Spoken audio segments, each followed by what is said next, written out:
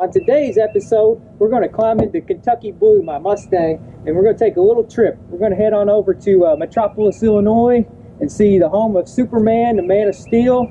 Then we're going to head on over to the Paducah, Kentucky area, and we're going to check out some interesting antique malls, and we're going to finish it up at Patti'S for lunch. And they got some very mouth-watering, delicious pork chops and just some awesome desserts. So buckle up, pals. We're going for a ride. And keep your eyes peeled for Sheriff John Bonnell so we don't end up on World's Wildest Police videos.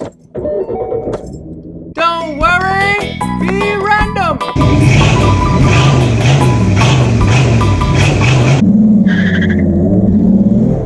So I start on my little epic road trip and gonna go pick up my cousin, my friends, and then we hit the road.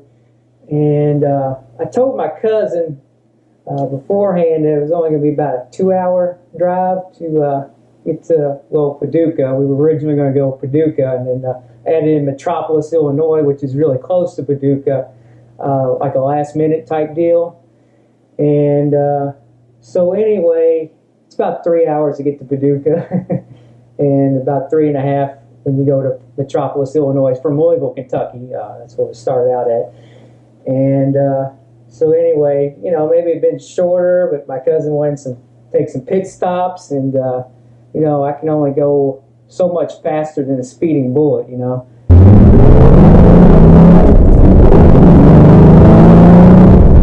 So we are on our way to Metropolis, Illinois. Yes, that's the home of Superman. So on my way to my destination, I hit about every pothole in the state of Kentucky, just boom, boom, boom, boom, boom.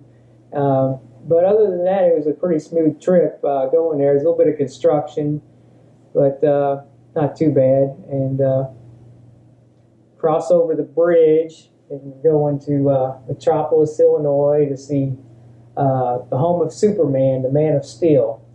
Now, I'm not really a comic book person per se, or superhero type person, but it's still a cool place to check out. And if you are, you're a comic book nerd, hey, you'll love it. It's great out there, and it's a neat little small destination, small town destination. Must be Superman's brother up there. You see that there? There he is. You want to stop in that one place? The guest tower? There's the statue. Look, it's a Mustang! It's some random guy! No, it's Superman! And there he is, the Man of Steel himself. Thought he'd be a little bit taller than that. I think Jack and the Beanstalk's got him beat. Here we have the Superman Museum. And my favorite part of the Superman Museum is actually the car sitting out front. Now, the Superman Museum was founded by Jim Hambrick, and it features over 70,000 items. It is the world's largest collection of Superman memorabilia. They have the cool classic car sitting outside. They have a gift shop, which is free to go in. But if you want to check out the museum itself, it's $8. Now, me not being a big Superman action hero type person and having the time constraints with filming, I decided not to go through the museum. It's $8 if you're interested. But anyway, if you're a fanatic, go check it out. But there's plenty of stuff to see too in their gift shop.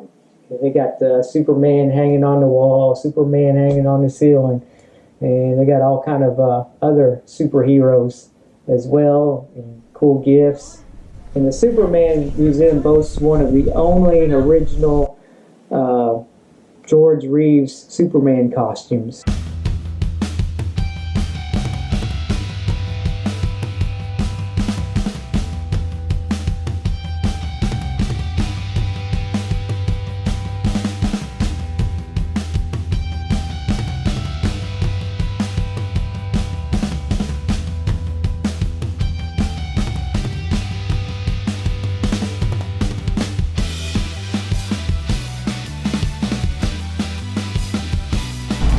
So I just went to the Superman Museum and all I got was this lousy magnet. So what do we have here? Superman's sidekick when he gets hungry. Big boy. So after we got done visiting the Superman Museum and the square and all that cool stuff, decided to head back on to Kentucky side and check out some interesting antique malls. But first we had to cross this bridge. It was different than the one we came to Illinois on. This is going back into Kentucky, and this is like a narrow, graded metal bridge. I've never been on this one. My cousin was a little squeamish on it, yeah, so it's one of those kind of bridges that can make you have the heebie-jeebies. And you wouldn't want to take a wide vehicle like a Hummer across the bridge, because what if you come across another Hummer going the other way? I think somebody's going to have to back up.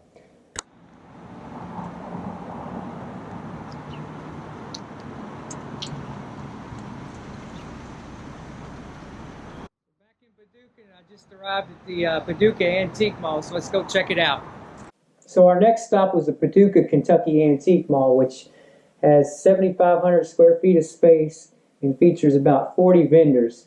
It's a little bit of a smaller antique mall, but there's a good variety of stuff. It's kind of a catch-all, but they did have a lot of like furniture pieces. So if you're looking for furniture pieces, that wasn't the place. But anything else went pretty much.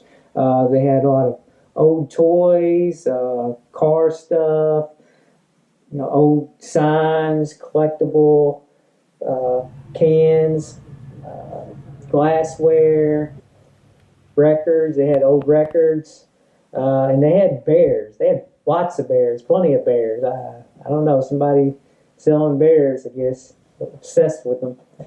And anyway, it was just neat walking through there.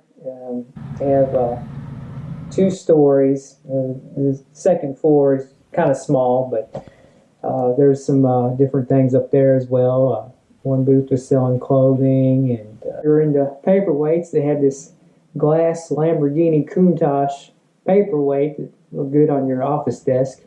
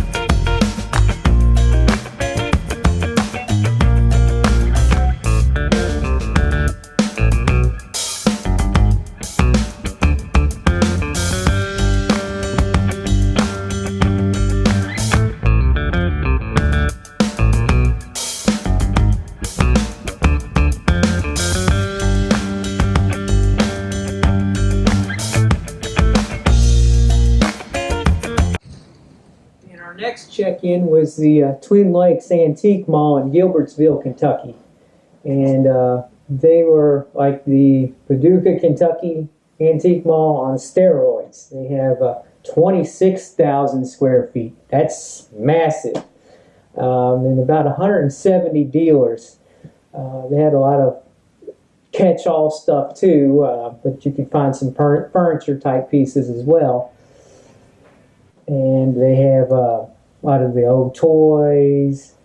I saw some John Deere stuff where they have the tractors and the John Deere teddy bears and various other tractors as well.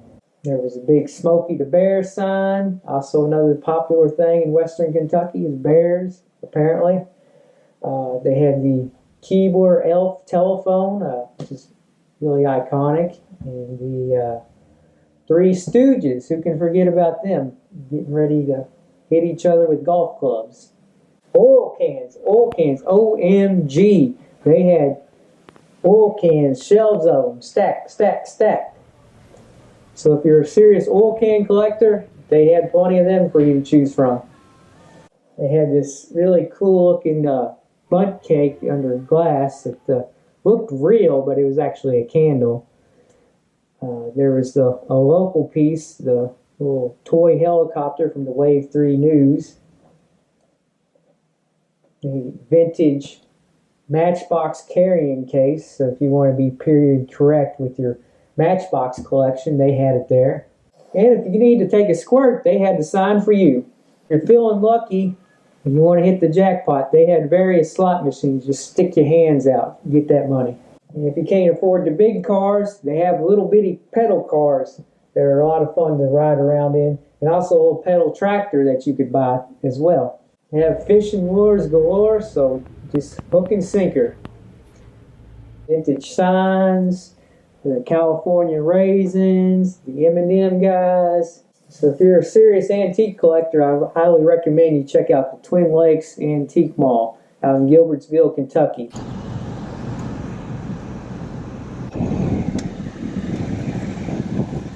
Well, we finally made it to Patti'S 1880s Settlement Restaurant, and it's not just a restaurant. There's some other stuff there. There's the outdoor shops. They have gift shops. They have the bakery. They have miniature golf. They have a really cool water wheel.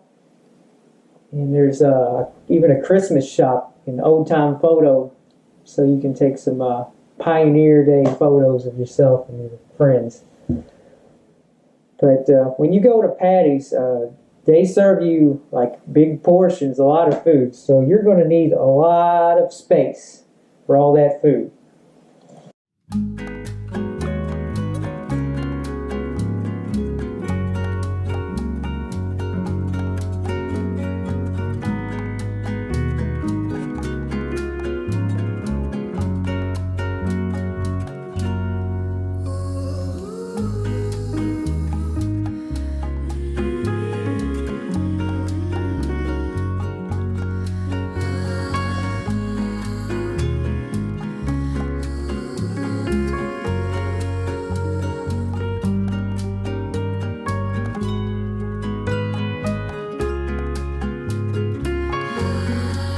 So my cousin ordered some cheese sticks, so I gave it a try, and man, they were delicious. They're like ooey, gooey, cheesy, and they got this crust that is slightly crunchy and crumbly. Man, they were good. And then they bring out the bread. It's pot bread. Okay, so it doesn't have wheat in it. They actually bring you this bread in a clay pot, and it's like a giant muffin, and you pull it out, and I mean it's soft, it's warm, it's squishy, and it's very spongy, and man, does it taste good. And they serve it with these little cups of butter that look like miniature ice cream scoops. There's the regular butter and the strawberry butter. I want to get your 2-inch pork chop. I had the 1-inch last time. I want to upgrade. There you go. Here comes the moment you've all been waiting for. They bring out the big, massive pork chop. I mean, that sucker is 2-inch thick. And last time I was there, I got the 1-inch thick pork chop. And I got to be honest, I kind of like the 1-inch better. The flavor of the pork chop, it's all on the outside, and it's a really, really good flavor. Tastes like steak. Seasoned well. And I'm no pork chop connoisseur. I've only had pork chop a few times, but when I first heard about Patti'S from my uncle, I was like, man, I got to try this pork chop they got. And it is delicious. It is mouth-watering good. But I do recommend the 1-inch one. The 2-inch one, it was a big meaty piece of meat.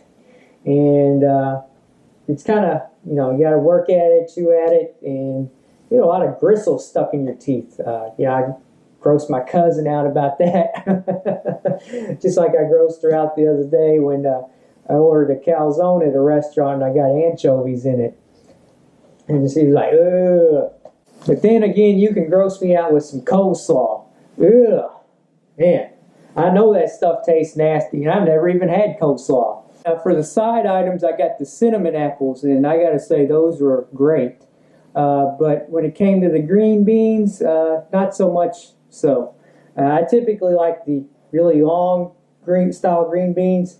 These are like the country style, but they just didn't have that great of a flavor. Plus there was like something hard in one of the bites I took, and I had to spit that out in a napkin. So that was no good. But the other stuff I thoroughly enjoyed. One more nitpicky thing: somebody had apparently mixed up the pitcher of water with some Sprite, because when I was drinking water, I was like, this is a little sweet, this little Sprite tasting. It didn't taste right, but they took care of me on that, so everything was good.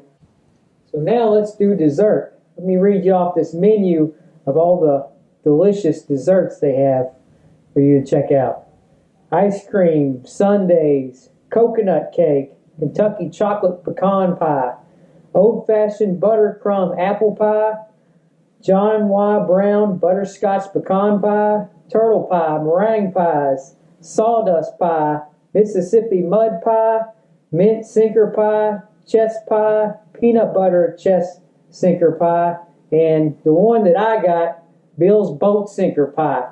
And if you can eat all that in one setting, that'll sink your boat just like the Titanic. So all in all, I give Patti'S 1880 settlement the 5-star, the full 5-star rating, in spite of the little nuances with the green beans and the water tasting like Sprite. Is no big deal. But anytime you're out in the Paducah area of Kentucky, be sure and check them out. And also check out the pretty scenery around Patti'S in the Grand Rivers area, the Twin Lakes. You'll be impressed.